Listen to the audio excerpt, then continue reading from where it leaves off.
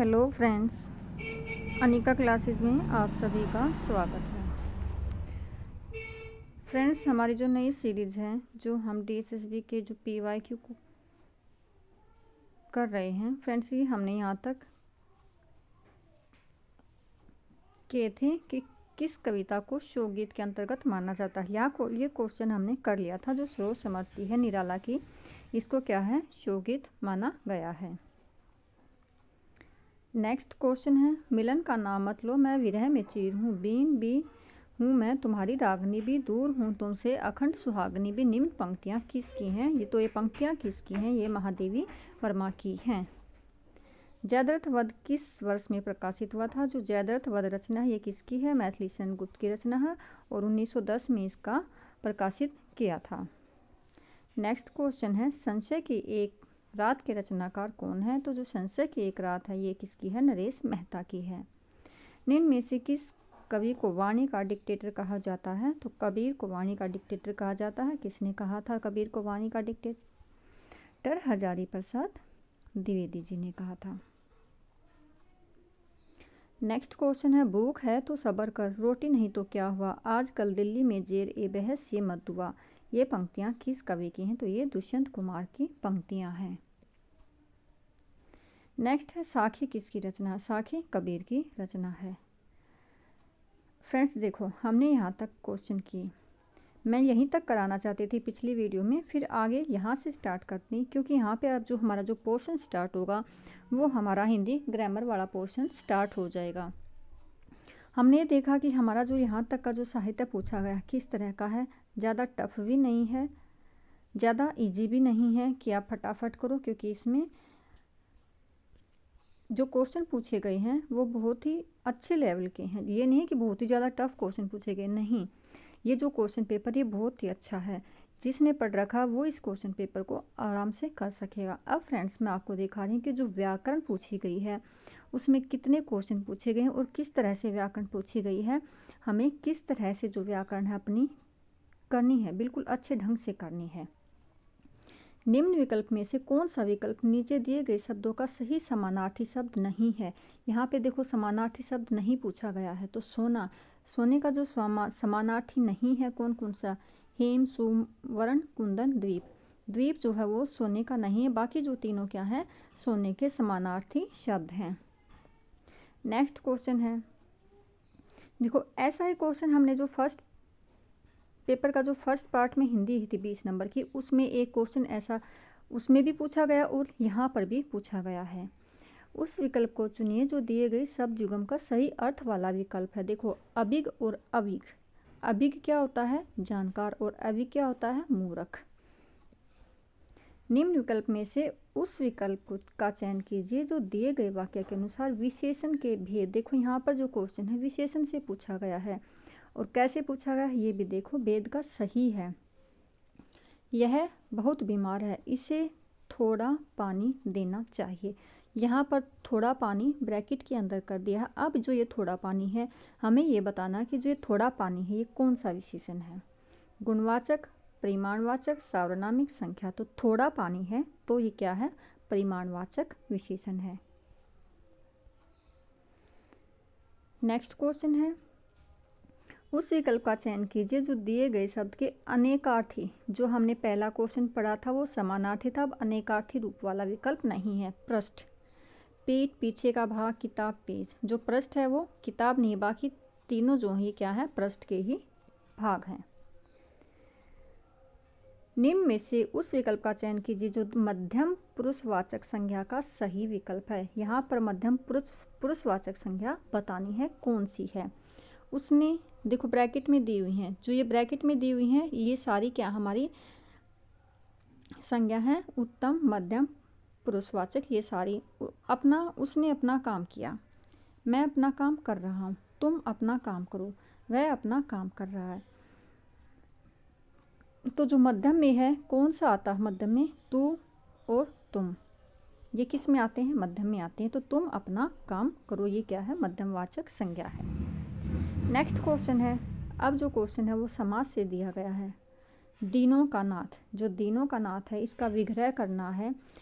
इसका विग्रह किया हुआ कौन सा समास पद सही है? दीनों का नाथ यानी कि दीना नाथ, दीनों का नाथ।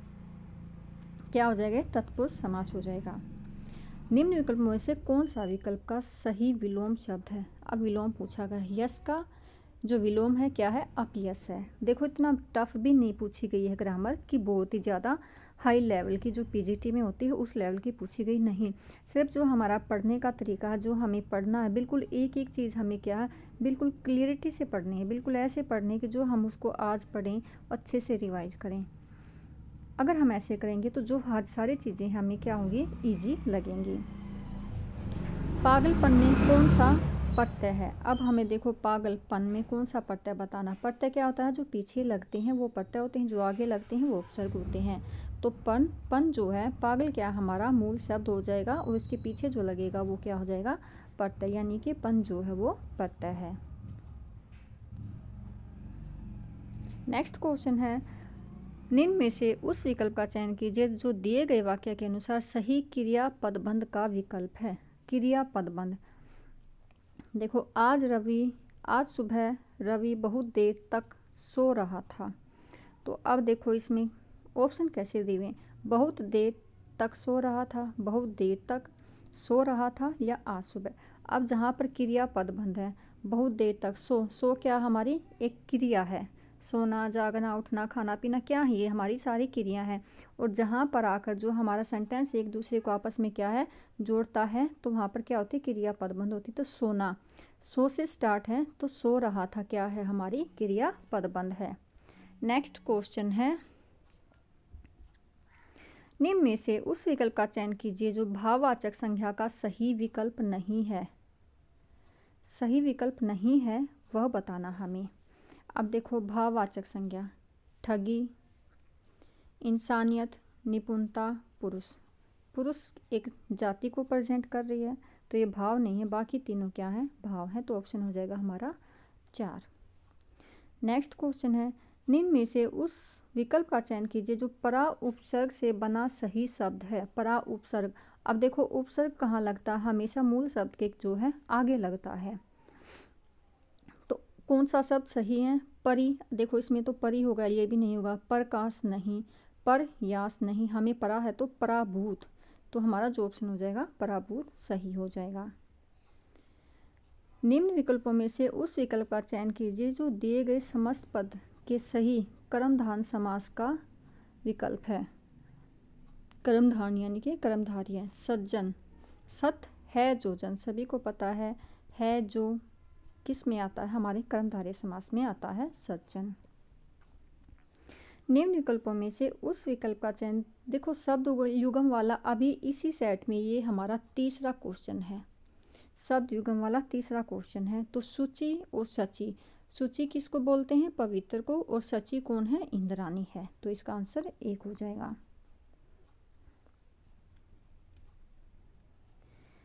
निम्न में से उस विकल्प का चयन कीजिए जो दिए गए वाक्य के अनुसार सही क्रिया पदबंध का विकल्प है। अब फिर से क्रिया पदबंध आ गई। क्रिया पदबंध मैंने बताई थी, जो जहाँ से क्रिया स्टार्ट होती है, जैसे भी कोई काम करना होता है, जहाँ से क्रिया स्टार्ट होती है वहीं से क्रिया पदबंध शुरू होता है। पिताजी गीता पढ़ रहे हैं। अब क्रिया इसमें कहाँ से है? पढ़ने पर शुरू होती है, तो पढ़ रहे हैं क्या है? क्रिया पदबंध है। निम्न विकल्पों में से उस विकल्प का चयन कीजिए जो दिए गए वाक्य के अनुसार सही क्रिया भेद का विकल्प हो। राम ने एक सुंदर घर बनवाया। नाम धातु, संयुक्त क्रिया, तात्कालिक, प्रेरणार्थक। राम ने एक सुंदर घर बनवाया। यहाँ पर क्या सुंदर घर की विशेषता बताई गई। सेंटेंस ऐसे भी हो सकता था, राम ने एक घर बनवाया, लेकिन नहीं, यहाँ पर जो दिया गया है क्या है? राम ने एक सुंदर घर बनवाया। तो ये क्या है? एक प्रेरणा दी गई है कि उन्होंने जो घर बनवाया कैसा बनवाया? सुंदर घर बनवाया। तो प्रेरणार्थक क्रिया है।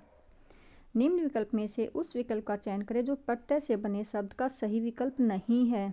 हमें जो है और नहीं है ये वाले क्वेश्चन भी बिल्कुल ध्यान से देखने हैं। प्रत्यय से बने, तो देखो यहाँ पर जो प्रत्यय हमारा क्या होता है? जो पीछे जुड़ता है, किसी भी शब्द के जो पीछे जुड़ता है वो प्रत्यय होता है। देखो व्यक्ति, तव, व्यक्ति अलग हो गया, तव क्या है? प्रत्यय है। धुंध अलग हो गई, ला क्या है? प्रत्यय है। धुलना प्लस धुल अलग हो गया और आई हमारा क्या हो गया, प्रत्यय, तो अपवाद।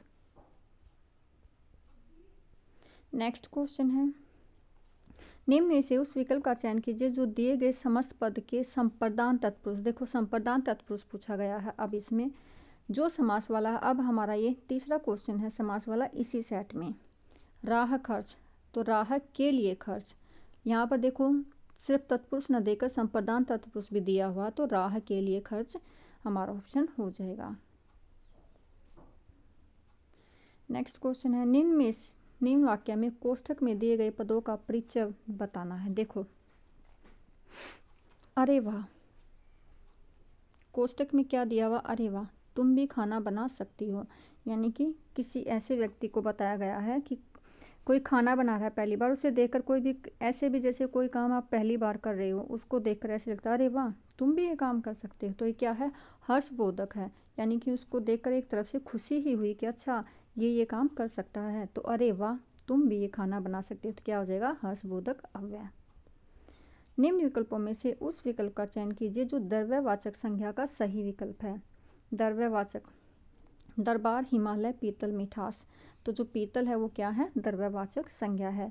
द्रव्यवाचक संज्ञा किसका भेद है, जातिवाचक संज्ञा का ही भेद है द्रव्यवाचक। वाक्य में प्रयुक्त शब्दों को क्या कहा जाता है, जो शब्द वाक्य में प्रयुक्त होते हैं उसको क्या कहते हैं, पद कहते हैं। निम्न विकल्पों में से कौन सा विकल्प नीचे दिए गए शब्दों का सही समानार्थी शब्द नहीं है। अब इस समानार्थी शब्द देखो, ये तीसरा क्वेश्चन, ये भी समानार्थी का तीसरा ही क्वेश्चन आया है।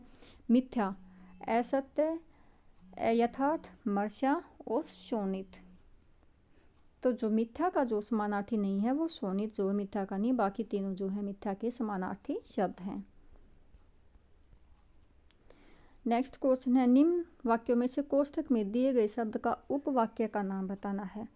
राजू ने कहा कि, कोष्ठक में है वह कल मुंबई जा रहा है, तो इसमें क्या है, वह कल मुंबई जा रहा है, तो इसमें क्या है, संज्ञा उपवाक्य है। अभी इस सेट में जितने भी व्याकरण के चैप्टर दिए हुए हैं, क्रिया, पदबंध, संज्ञा, उपवाक्य, इस तरह से जितने भी हैं, हम इनके क्या हैं, एक छोटी छोटी वीडियो में इन टॉपिक को बड़े ही अच्छे से कंप्लीट करेंगे। नीचे दिए गए शब्द में प्रयुक्त संधि का सही विकल्प चुनिए। तो रेखांश क्या है, रेखा, और अंश क्या हो गया, रेखांश हो गया, और ये कौन सी संधि हो गई, इसमें देखो आ प्लस ए है, तो ये क्या है, दीर्घ संधि हो जाएगी। निम्न वाक्य में कोष्ठक में दिए गए शब्द में अब फिर से उपवाक्य का क्वेश्चन पूछा गया है। जब तुम मेरे घर आए तब मैं घर पर नहीं था, तो इसमें जो उपवाक्य है क्रिया विशेषण उपवाक्य है। नेक्स्ट क्वेश्चन है, निम्न विकल्पों में से उस विकल्प का चयन कीजिए जो भावात्मक संज्ञा का सही विकल्प नहीं है। भावात्मक संज्ञा का सही विकल्प नहीं है बताना, लड़कपन, इंसानियत, मोटा और बंधुत्व, तो जो मोटा है ये भावात्मक नहीं है, ये विशेषण का भेद है, बाकी ये तीनों क्या हैं, भावात्मक संज्ञा के विकल्प हैं। नेक्स्ट क्वेश्चन, निम्न विकल्पों में से उस विकल्प का चयन कीजिए जो दिए गए वाक्य के अनुसार सही क्रिया विशेषण पदबंध विकल्प हैं। गाड़ी बहुत धीमी गति से चल रही है, देखो गाड़ी बहुत धीमी गति से चल रही है, तो ये क्या है, क्रिया विशेषण पदबंध है। निम्न विकल्पों में से संयुक्त वाक्य को पहचानिए। बीमार होने के कारण वह लड़का डॉक्टर के पास गया, वो लड़का बीमार था इसलिए वह डॉक्टर के पास गया था। डॉक्टर के पास गया वह लड़का क्योंकि वह बीमार था, लड़का बीमार था इसीलिए वह डॉक्टर के पास गया, तो जो इसीलिए ये किसकी पहचान है, संयुक्त वाक्य की पहचान है। वाक्य 3 प्रकार के होते हैं, सरल, मिश्र और संयुक्त। निम्न में से उद्देश्य का सही विकल्प चुनिए। अब देखो यहाँ पर उद्देश्य और विधेय 2 तरह से क्वेश्चन पूछे जाते हैं, एक तो हमें उद्देश्य बताना होता है या फिर हमें क्या है, विधेय बताना होता है। तो यहाँ पर जो पूछा गया है वो क्या है, उद्देश्य। महात्मा गांधी हमारे प्रिय नेता थे, इसमें उद्देश्य बताना है। तो जो शुरुआत में जो संज्ञा होती है, जैसे कि महात्मा गांधी, तो वो क्या होता है, हमारा उद्देश्य होता है। और जो संज्ञा होती है जो उसके बारे में प्रेजेंट करता है, वो क्या है, विधेय होता है। तो जो इसमें उद्देश्य है महात्मा गांधी है। निम्न में से मिश्र वाक्य की पहचान कीजिए। अभी हमने पढ़ा था संयुक्त वाक्य, अब देखो विषम मिश्र वाक्य। जो विद्यार्थी साहसी होते हैं वे उन्नति करते हैं। तो ये क्या है, वे से जोड़ते हैं। मिश्र वाक्य में क्या होता है, दो सेंटेंस दिए होते हैं, लेकिन जो पहला है दूसरे पर आश्रित होता है, ये वाला क्या है, इसको कंप्लीट करता है, वो हमारा मिश्र वाक्य होता है। निम्न विकल्पों में से सरल वाक्य, देखो तीनों वाक्य पूछ लिए गए हैं एक ही सेट में, सरल का भी, संयुक्त का भी, मिश्र का भी, तीनों पूछ लिए गए हैं। तो देखो जो हिंदी व्याकरण है वो हमारे लिए कितनी इंपॉर्टेंट है।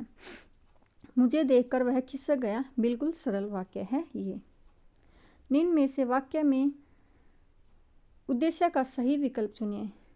शिखा की बहन ने अपनी सहेलियों को जन्मदिवस पर मिठाई बांटी। देखो शिखा की बहन ने, फिर से हमारा जो संज्ञा वाला पोर्शन है वो क्या हो जाएगा, हमारा उद्देश्य हो जाएगा। नेक्स्ट क्वेश्चन है, सही सर्वनाम शब्द का विकल्प चुनकर वाक्य पूरा कीजिए। सृष्टि डैश सहेली के साथ पढ़ने जाती है। सृष्टि उसके अपने अपने, तो सृष्टि क्या, अपनी सहेली के साथ पढ़ने जाती है। निम्न विकल्पों में से उस विकल्प का चयन कीजिए जो दिए गए वाक्य के अनुसार सर्वनाम के भेद का सही विकल्प हो। जो मेहनत करेगा जीत उसी की होगी, जो सो जो होता है, ये क्या होते हैं, हमारे संबंधवाचक होते हैं। तो यहाँ पर क्या हो जाएगा, संबंधवाचक। नेक्स्ट क्वेश्चन है, निम्न विकल्प में सरल वाक्य का सही विकल्प, फिर से वाक्य पूछा गया है। तो देखो सरल वाक्य, खर्च तभी करो जब आमदनी ठीक हो, खर्चा उतना करो जितनी आमदनी है, आमदनी के अनुसार खर्च करो, ये क्या है, सरल वाक्य है। अब फिर से उपवाक्य पूछा गया है, वही व्यक्ति उन्नति करता है जो परिश्रमी होता है। जो परिश्रमी यानी कि किसी की विशेषता बताई गई है, तो ये क्या है, विशेषण है। व्यक्ति उन्नति करता परिश्रमी, तो ये क्या है, इसका विशेषण है। तो यहाँ पर क्या हो जाएगा, विशेषण उपवाक्य।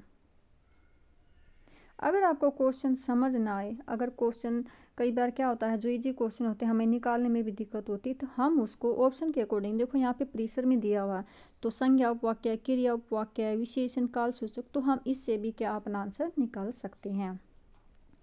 निम्न विकल्पों में से मिश्र वाक्य की पहचान कीजिए। मिश्र वाक्य बताना है, मैंने जो घोड़ा खरीदा वह बहुत तेज दौड़ता है, ये क्या है, हमारा मिश्र वाक्य है। नेक्स्ट क्वेश्चन है, हर्ष या दीर्घ स्वर। देखो ए ई उ के बाद यदि हर्ष या दीर्घ ए ई उ आ जाए तो दोनों मिलकर क्या हो जाते हैं। तो दोनों मिलकर आपस में क्या हो जाएंगे, बड़े हो जाएंगे। बड़ा आ, बड़ी ई, बड़ा उ, तो दोनों आपस में मिलकर क्या हो जाएंगे, बड़े हो जाएंगे। निम्न वाक्य में विधेय का, अभी तक जो क्वेश्चन हमारे पूछे गए थे वो थे उद्देश्य के, अब हमें बताना है विधेय का। तो देखो लेखक के आंगन में अनेक पक्षियों के घोंसले थे। देखो लेखक के आंगन में हमारा ये फर्स्ट पार्ट था जो संज्ञा सर्वनाम वाला होता है, अनेक पक्षियों के घोंसले, ये क्या है, हमारे विधेय हैं। तो हमारा ऑप्शन 1 हो जाएगा सही। निम्न विकल्पों में संयुक्त वाक्य को पहचान। संयुक्त वाक्य कौन सा है, देखो अभी संयुक्त सरल मिश्र से कितने क्वेश्चन पूछे गए हैं, उद्देश्य विधेय से कितने क्वेश्चन पूछे गए हैं। मैं जो ये क्वेश्चन पेपर करा रही हूँ सिर्फ इसलिए करा रही हूँ क्योंकि हमें इससे ये पहचान हो जाए कि हमें जो ग्रामर करनी है किस लेवल की करनी है, लिटरेचर करना हो। देखो करनी तो दोनों ही चीज़ हैं, लेकिन जो हम छोड़ देते हैं कि ये हम ज़्यादा क्या होता है कि ज़्यादा टफ के चक्कर में हम ज़्यादा चीज़ें और ज़्यादा गहरी पढ़ने लग जाते हैं, लेकिन जो हमें आता है हम क्या होता है उससे भी पीछे हो जाते हैं। इसलिए मैं आपको साथ साथ में PYQ भी करा रही हूँ कि हमें जो अपनी ग्रामर है, लिटरेचर है, किस तरह से तैयार करना है। तो देखो संयुक्त वाक्य को पहचानिए। जब मैं अमेरिका जाऊँगी तथा अपना शेष जीवन वही बिताऊंगी, तो ये क्या है, संयुक्त वाक्य है। फिर से देखो एक साथ फिर से संयुक्त वाक्य वाला क्वेश्चन आ गया है। तो संयुक्त वाक्य को पहचानिए। बंद कर दिया पढ़ना तब मैंने जब रात्रि के 12 बजे थी। तो वैसे भी ठीक ही नहीं लग रहा। मैंने पढ़ना तब बंद कर दिया जब रात्रि के 12 बजे। जो ही रात्रि के जो तो संबंध में होता है। रात्रि के 12 बजे और मैंने पढ़ना बंद कर दिया। ऑप्शन 4 हो जाएगा। निम्न में से उद्देश्य का सही विकल्प, फिर से उद्देश्य वाला क्वेश्चन पूछा गया है। माँ चाकू से ताज़ा फल काट रही है। तो जो उद्देश्य है माँ चाकू से और ताज़ा फल काट रही है वो क्या हो जाएगा, विधेय। अब देखो संधि वाला क्वेश्चन है। निम्न में दिए गए शब्दों का सही संधि विकल्प पहचानिए। षट जमा आनन क्या होता है, षडानन होता है, सभी को पता है। नीचे दिए गए शब्दों का सही संधि वाला विकल्प पहचानिए। तत् जमानुसार तदनुसार हो जाएगा। अब यहाँ पे लिटरेचर वाला क्वेश्चन पूछा गया। एक हथौड़ा वाला घर में और हुआ किसकी पंक्ति हैं। देखो पंक्तियाँ पूछी गई हैं। एक हथौड़ा वाला घर में और हुआ किसकी है, केदारनाथ अग्रवाल की पंक्ति हैं। नीचे दिए गए सही संधि वाला विकल्प देखो। नि जमा सेद विसर्ग संधि है, निषेध हो जाएगा। मिट्टी की बारात किसकी रचना है, सभी को पता है। मिट्टी की बारात जो है वो शिव मंगल सिंह सुमन की रचना है। इनमें से कौन नागरी पंचानी सभा के संस्थापकों में नहीं है। तो रामनारायण मिश्र, श्याम सुंदर दास, ठाकुर शिव कुमार और रामचंद्र शुक्ल। रामचंद्र शुक्ल नागरी पंचानी सभा में नहीं थे, बाकी ये तीनों इसके संस्थापकों में हैं। अब है फिर से संधि वाला क्वेश्चन पूछा गया। देखो संधि है, वाक्य से हैं, उद्देश्य विधेय हैं। कितने क्वेश्चन बार बार इसी में पूछे गए हैं। तो दिग्गज, दिक जमा गज क्या हो जाएगा, दिग्गज।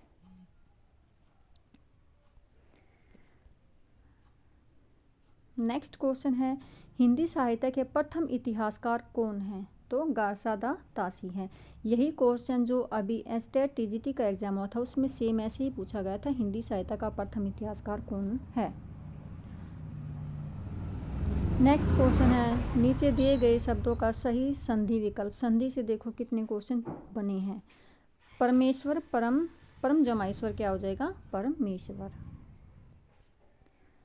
नेक्स्ट क्वेश्चन है, भारतेंदु ने दिल्ली दरबार दर्पण निबंध की शैली में लिखा है। तो देखो यहाँ पर शैली पूछी गई है, तो वर्णनात्मक शैली में लिखा गया है।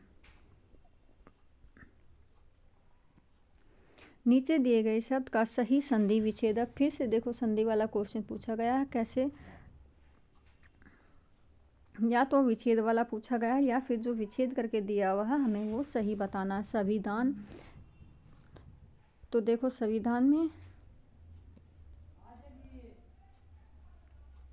सम जमा विधान संविधान। अभी तक ये नहीं पूछा गया कि ये कौन सी संधि, सिर्फ जो इजीली संधि विच्छेद है वही क्वेश्चन पूछे गए हैं। लेकिन फिर भी हमें ये पता होना चाहिए कि कौन सी संधि का उदाहरण है। न्यूनिया हजारी प्रसाद द्विवेदी के किस उपन्यास का चरित्र है। तो बाण भट्ट की आत्मकथा में न्यूनिया है।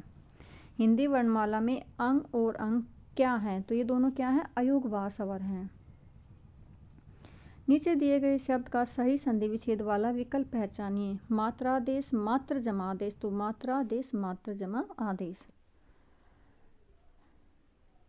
नीचे दिए गए शब्द में प्रयुक्त संधि का भेद का सही विकल्प अत्यंत, अति जमा अंत, अत्यंत यन संधि। अब यहाँ पे संधि पूछी गई है। अभी तक जितने क्वेश्चन हमने संधि के देखे थे उसमें विच्छेद वाले थे, लेकिन यहाँ पर ये पूछा गया कि कौन सी संधि है, यन संधि है।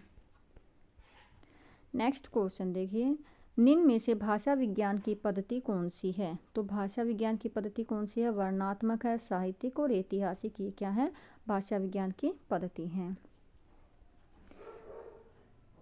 निम्न विकल्पों में से कौन रस सूत्र के व्याख्याता है। रस सूत्र के व्याख्याता कौन कौन है, भट्टलोलट हैं, शंकुक हैं, भट्टनायक है, अभिनवगुप्त हैं। ये क्या है, रस सूत्र के व्याख्याता हैं। निम्न में से किसने आनंद कादम्बनी के संपादन का कार्य किया था। जो हमारा पीजीटी का पेपर होगा उसमें जो पत्रिकाएं हैं इससे 1 या 2 क्वेश्चन जरूर पूछा जाएगा। तो हमारी जितनी भी पत्रिकाएं हैं किसने प्रकाशित की थी, हो सकता सन भी पूछ लिया जाए या फिर स्थान भी कहाँ से निकलती थी, तो ये भी याद करना जरूरी है। तो बद्रीनारायण चौधरी जो है इन्होंने क्या किया था, आनंद कादम्बनी का संपादन कार्य किया था। ओडिशा के महान कवि कौन थे। तो सरला दास ओडिशा के महान कवि थे। ये क्वेश्चन थोड़ा ऐसा है कि हाँ लगता कि थोड़ा टफ में आ जाए। नेक्स्ट क्वेश्चन है, व्यंजन का व्यंजन से अथवा किसी स्वर से मेल होने पर जो परिवर्तन होता है उसे क्या कहते हैं? बहुत ही ईजी है, व्यंजन संधि कहते हैं। नेक्स्ट क्वेश्चन, देख यशोदा शिशु मुख में सकल विषयों की माया, सन भरो की वह बनी अचेतन हिल न सकी कोमल काया में कौन सा रस है? अब यहाँ पर क्वेश्चन जो पूछा गया है वो रस से पूछा गया है, तो ये क्या है? अद्भुत रस है।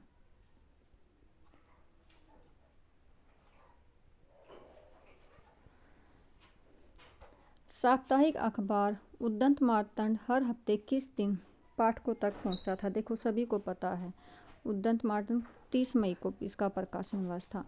लेकिन इसमें देखो यहाँ पर इसका जो हफ्ते में निकलती थी और किस वार को निकलती थी, देखो यहाँ पे ये डीपली हो गया कि ये मंगलवार को निकलती थी।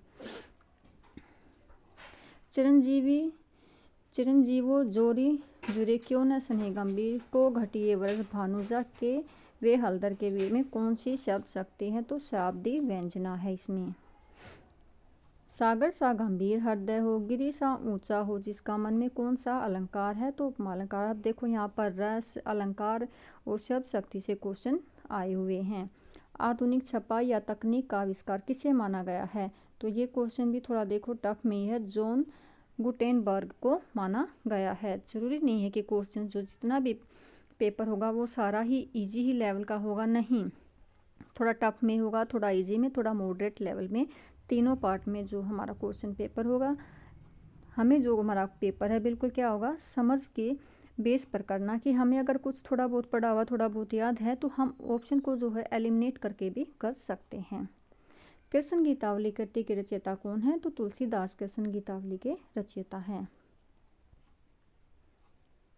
नेक्स्ट क्वेश्चन है, वह आता दो टूक कलेजे के करता, पसता था पथ पर आता, पेट पीठ दोनों मिलकर एक चल रहा लकुटिया टेक, मुट्ठी भरदाने में भूख मिटाने को मुंह फटी पुरानी झोली का फैलाता, दो टूक कलेजे के करता, पसता था पथ पर आता में कौन सा छंद है? कितनी लंबी लाइन दी हुई है और हमें इसमें छंद बताना है, तो इसमें मुक्त छंद है। हो सकता है इसमें छंद ना देकर इस तरह से लाइन पूछ लिया जाए पंक्तियाँ किसकी हैं, तो हमें ये भी ध्यान रखना कि जो ये पंक्तियाँ हैं ये पंक्तियाँ भी किसकी हैं। किसी आदर्श लिखाई का हूबहू अनुकरण करना क्या लेख कहलाता है? अनुलेख कहलाता है। जो अलंकार शब्द और अर्थ दोनों पर आधारित रहकर दोनों को चमत्कारी करते हैं वह कौन सा अलंकार होता है? उभय अलंकार होता है। यहाँ पर देखो डेफिनेशन में के अकॉर्डिंग क्वेश्चन पूछा गया है कि जो अलंकार शब्द और अर्थ दोनों पर आधारित रहकर दोनों को ही चमत्कारी करते हैं तो उभय अलंकार है। नेक्स्ट क्वेश्चन है, शब्द की जिस शक्ति के कारण किसी शब्द का मुख्य अर्थ समझा जाता है। देखो मुख्य अर्थ समझा जाता तो कौन सी शब्द शक्ति होती है? अभिधा शब्द शक्ति होती है। साक्षात्कार करते समय प्रश्नों की रूपरेखा कैसी होनी चाहिए? तो कैसी होनी चाहिए? स्पष्ट व पारदर्शी होनी चाहिए। नेक्स्ट क्वेश्चन है, जब उपमान और उपमेय में अभिन्नता या अभेद दिखाया जाए तब कौन सा अलंकार कहलाता है? उपमान और उपमेय में तो रूपक अलंकार कहलाता है।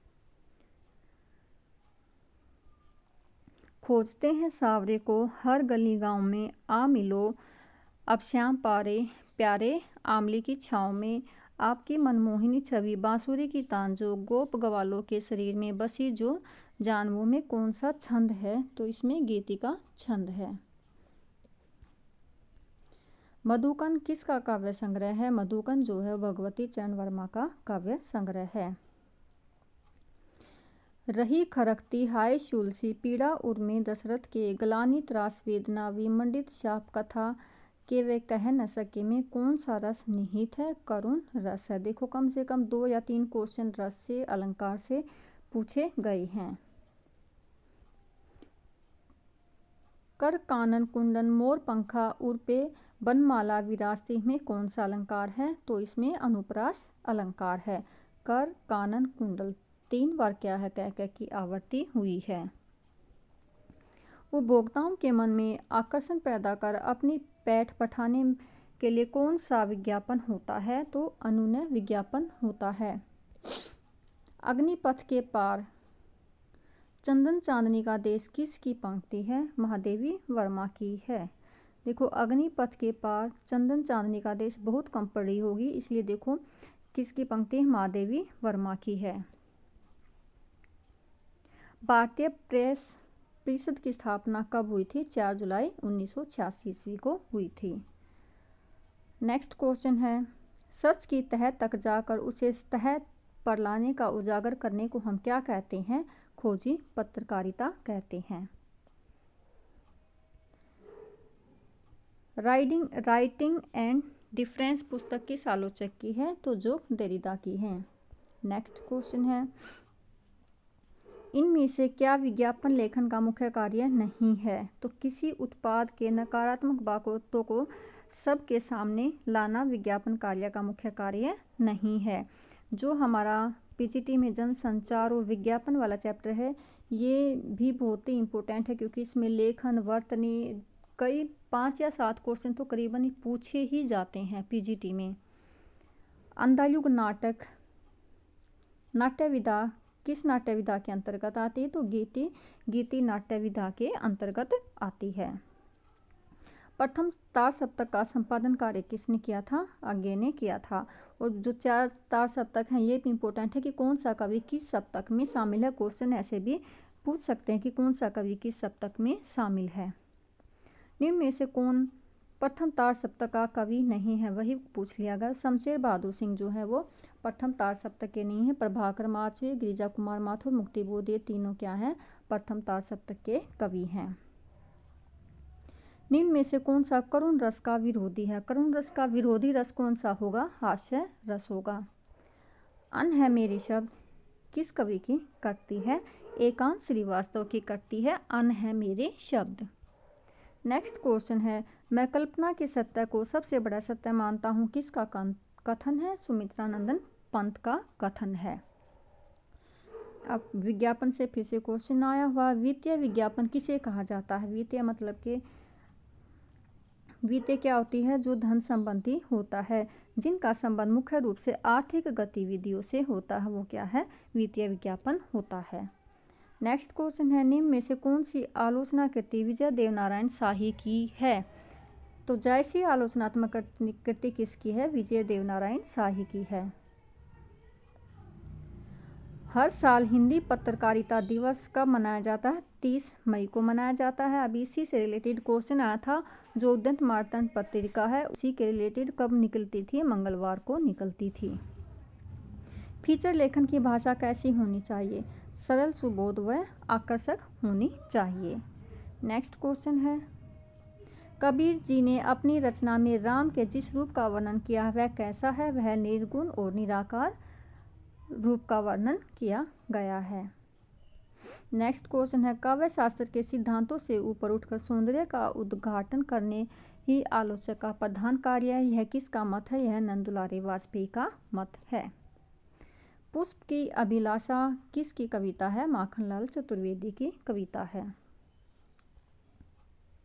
नवगीत के प्रवर्तन का श्रेय किसे दिया जाता है? तो जो नवगीत के प्रवर्तन का श्रेय है वो राजेंद्र प्रसाद सिंह को दिया जाता है।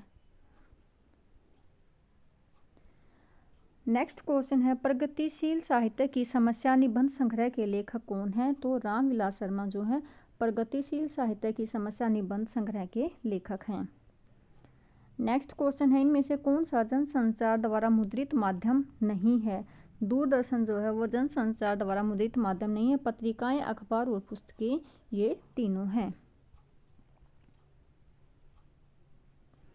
भाषा विज्ञान अध्ययन के लाभ से संबंधित निम्न विकल्पों में से कौन सा विकल्प गलत है? तो विदेशी भाषा को अनदेखा करने में सहायता नहीं। जो विदेशी भाषा है उनको अनदेखा नहीं करते, साथ में जो हमारी भाषा है उसी को साथ में हम क्या लेकर चलते हैं। पूर्व मध्यकाल का दूसरा नाम क्या है? तो पूर्व मध्यकाल किसको कहा गया है? भक्ति काल को कहा गया है। निम्न पंक्तियां किस कवि की हैं? मैया कबही बढ़ेगी चोटी, कितनी बार मोही दूध पियत भई, यह अजू है छोटी। तो ये किसकी है? सूरदास की है। तुलसीदास कृत निम्न पंक्तियां में किस का वर्णन है? जय बिनु दे नहीं किनु कारी, तैसे नाथ पुरुष बिन नारी। तो पति और पत्नी के संबंध में ये पंक्तियां कही गई हैं। महादेवी वर्मा की कविता अग्निरेखा, अभी अग्निरेखा से ही एक कथन ऊपर आया था जो हमने पढ़ा था, और मैंने बताया था कि ये ऐसा पंक्ति है कि हम समझ में ही नहीं आएगा कि ये महादेवी वर्मा की है, किसे प्रतीक मानकर रचनाएं की गई हैं। तो दीपक, महादेवी वर्मा के जो प्रतीक थे कौन थे? बादल और दीपक क्या थे? इनके प्रतीक थे। तुलसी का रामचरितमानस, देखो यहाँ खंड पूछ लिए गए, खंडों को क्रम में लगाना। तो जितने भी खंड हैं, जैसे कामायनी के हैं, सर्ग हैं, ये भी हमें सीक्वेंस में पता होने चाहिए। तो जो बालकांड, अयोध्याकांड, अरण्यकांड, किष्किंधाकांड, इसका आंसर ये हो जाएगा। नेक्स्ट क्वेश्चन है, चांद का मुंह टेढ़ा संग्रह किस वर्ष प्रकाशित हुआ था? 1964 में चांद का मुंह टेढ़ा है प्रकाशित हुआ था। तो जो हम रचनाएं पढ़ेंगे, जितनी भी हमारी रचनाएं, जो सिलेबस में जितने भी हमारे कवि हैं, उनकी सारी रचनाएं, उनका जो प्रकाशन वर्ष है, ये बहुत इम्पोर्टेंट है। 1991 में गिरिजा कुमार माथुर को अपनी किस कविता संग्रह के लिए हिंदी साहित्य अकादमी पुरस्कार दिया गया? मैं वक्त के सामने हूँ। भवानी प्रसाद मिश्र की कविता सतपुड़ा के जंगल में किसका वर्णन किया गया है? एक अछूती प्रकृति के सुंदर दुनिया का वर्णन किया गया है। निशा निमंत्रण नामक काव्य संकलन हरिवंश राय बच्चन की कौन सी स्थिति में लिखा गया है? नितांत एकाकीपन में लिखा गया है। नेक्स्ट क्वेश्चन है, पंत के निम्न काव्य, देखो यहाँ पर अब जो काव्य है उनका क्रम पूछ लिया गया। पल्लव, गुंजन, युगांत और ग्राम्य, ये इनका क्रम है। निम्न में से कौन सी एक रचना हरिवंश राय बच्चन की नहीं है? एकांत संगीत, सतरंगिनी, मधुशाला, ये हैं। प्लासवन जो है वो हरिवंश राय बच्चन की नहीं है। अब देखो यहाँ पे ये हमारा क्या है, अनुच्छेद पूछ लिया गया है, ये हम नहीं करेंगे फ्रेंड्स। ये तो तकरीबन जो होता है इसी टाइप का होता है कि हर बच्चा इसको आराम से कर लेता है।